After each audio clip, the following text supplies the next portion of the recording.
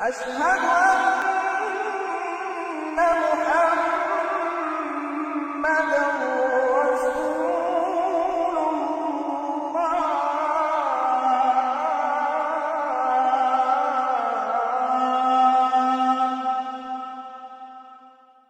کیوں دی ہمیں آزادی کے دنیا ہوئی پریشان. ہم ان شاعر سے دلی معذرت کرتے ہیں جن کے اس مصرے یوں دی ہمیں آزادی کے دنیا ہوئی حیران کی اپنے عنوان میں ہم نے اکھاڑ پچھاڑ کی ہے، لیکن ہماری مجبوری ہے کہ اس صورتحال کو کیسے بیان کریں جس سے ہم آج کل دوچار ہیں.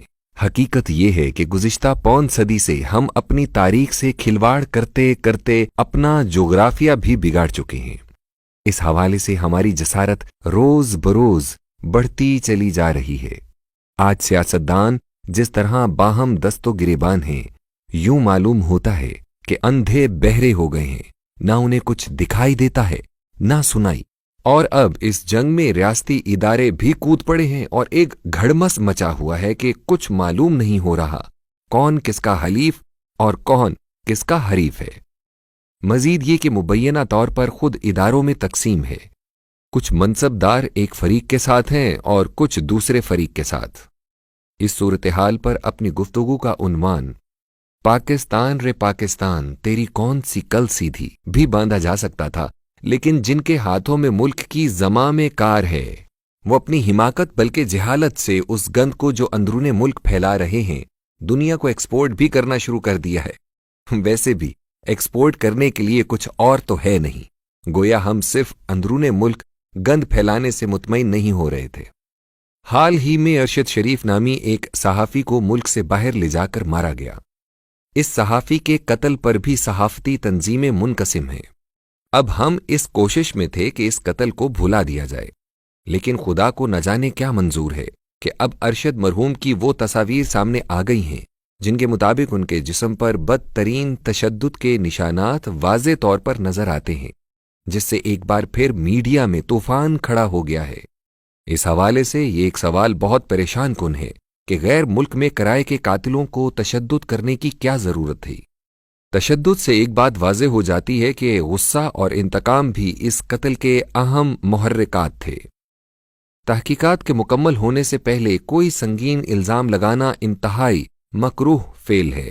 البتہ قتل کے کیس میں ہر تحقیق دو بنیادوں پر کی جاتی ہے: مقتول کی دشمنی کن لوگوں سے تھی اور مقتول کن لوگوں کے لیے پریشانی اور اضطراب کا باعث بنا ہوا تھا، اور دوسرا اس قتل کا فائدہ کن لوگوں کو پہنچا.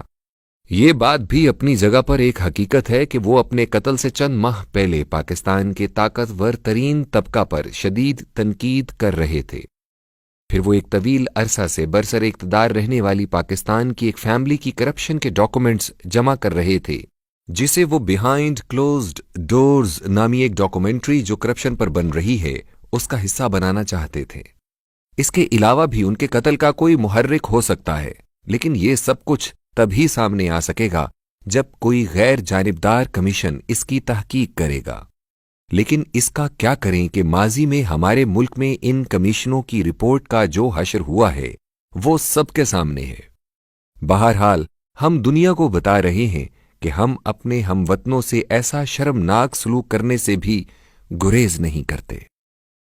ہم نے مذکورہ مصرے میں یوں دی ہے کو کیوں دی اور حیران کو پریشان میں تبدیل کر کے شاعر اور شعر سے ظلم کا ارتکاب تو کیا ہے، لیکن ناظرین خود اندازہ کریں کہ اس آزادی کو ہم نے کیسے مادر پدر آزادی میں تبدیل کیا. اور آزادی کا مطلب یہ سمجھا کہ جو من چاہے کرو، نہ کسی کا حق پہچانو، نہ کسی فرض کی فکر کرو. اندازہ کیجئے کہ سابق وزیر اعظم پر قاتلانہ حملہ ہوا، لیکن FIR درج کروانا نہ اس کے بس میں ہے، نہ انتظامیہ کے، نہ سول حکمرانوں کے، اور نہ عدلیہ ایک ہفتہ گزر جانے کے باوجود اپنے احکامات سے FIR لکھوانے میں کامیاب ہوئی ہے. پھر بھی اعلیٰ عدلیہ آئین اور قانون کی حفاظت اور عملداری کی دعوے دار ہے.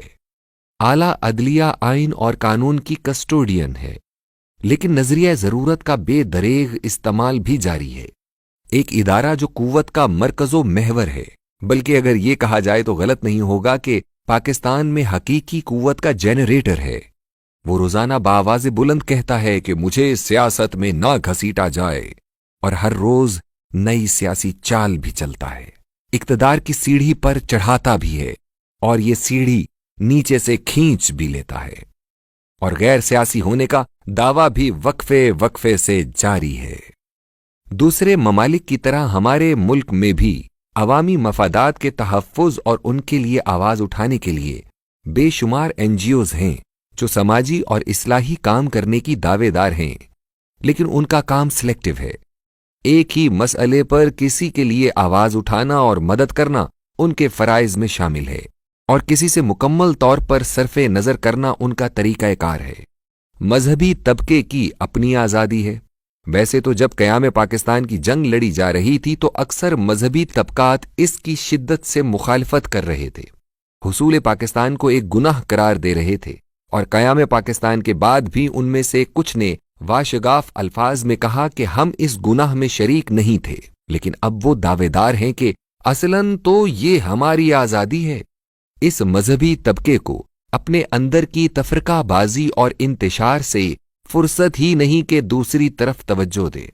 ہمارا صنعت کار اور تاجر جسے آزادی سے پہلے ہندو نے آگے نہیں آنے دیا، وہ اپنی تمام کمیاں اور کمزوریاں پوری کر رہا ہے، الا ماشاء اللہ۔ یہ طبقہ dishonesty is the best policy کے اصول پر عمل کر کے دن دگنی رات چوگنی ترقی کر رہا ہے، اور بلند شرح منافع کے عالمی ریکارڈ قائم کر رہا ہے، الا ماشاء اللہ۔ وکیل اتنی زبردست آزادی حاصل کر چکے ہیں کہ احتجاج کرتے ہوئے ہسپتالوں میں داخل ہو جاتے ہیں اور مریضوں کو بے موت مار دیتے ہیں۔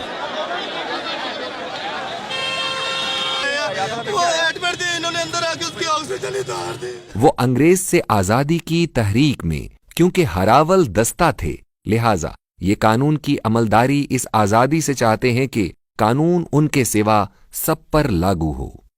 پاکستان کے تمام طبقات بآواز بلند کہہ رہے ہیں، کیوں دی ہمیں آزادی کہ دنیا ہوئی پریشان۔ کہیں ایسا تو نہیں کہ یہ سب پاکستانیوں کا قصور نہیں، بلکہ ان کو آزادی دینے والوں کا قصور ہے۔ جب کسی نااہل کو کوئی اہم ذمہ داری دی جائے یا کسی ایسی نعمت سے نواز دیا جائے جس کا وہ حقدار نہ ہو تو وہی کچھ ہوتا ہے جو آج کل پاکستان میں ہو رہا ہے۔ لیکن $1 ٹریلین سوال یہ ہے کہ ہم اپنی نااہلی کو مقدر سمجھ کر قبول کر لیں، یا اسے ایسا غلاف اور پردہ سمجھیں جو 2 صدیوں کی طویل غلامی نے ہم پر ڈال دیا تھا، جس کے ہم عادی نہ تھے، جس سے ہم آشنا نہ تھے۔ اس غیر متوقع حادثے نے ہم پر گہرا اثر چھوڑا اور ہم پر مایوسی کی ایک کیفیت طاری ہو گئی جو اب اپنے نتائج دے رہی ہے۔ ہماری رائے میں یہ سب کچھ ناگہانی آفت کی طرح ہم پر مسلط ہو گیا ہے۔ ہم اجتماعی طور پر ڈپریشن اور بد دلی کا شکار ہیں۔ اللہ تعالیٰ مایوسی کو کفر قرار دیتا ہے۔ اللہ تعالیٰ کا دامن تھامنے اور حیات نو کے لیے اثر نو جد و جہد کا آغاز ہمیں اس صورتحال سے نکال سکتا ہے۔ ہم ایک ذہین اور باصلاحیت قوم ہیں جو چیلنج درپیش آنے کی صورت میں اپنی مردہ صلاحیتوں کو زندہ کر لیتی ہے۔ بھارت نے ایٹمی قوت بن کر ہمیں ڈرایا دھمکایا، اس چیلنج نے ہمیں ایٹمی قوت بنا دیا۔ گویا ہم میں صلاحیتیں ہیں جو نیم مردہ ہو چکی ہیں، یا یوں کہہ لیں کہ انہیں زنگ لگ گیا ہے۔ اگر اس زنگ کو ہم اللہ اور اس کے رسول صلی اللہ علیہ وسلم کے احکامات سے سیکل کریں تو ہماری صلاحیتوں میں نکھار آ جائے گا اور ایک چمک پیدا ہو جائے گی۔ پھر جب ہم آزادی کی نعمت کو صحیح طور پر استعمال میں لائیں گے تو سب کچھ پلٹ جائے گا۔ وہی صورتحال پیدا ہوگی جو بدلیاں ہٹ جانے سے چاند کی ہوتی ہے۔ ایک انقلاب آ جائے گا، پھر ہوگی دنیا حیران۔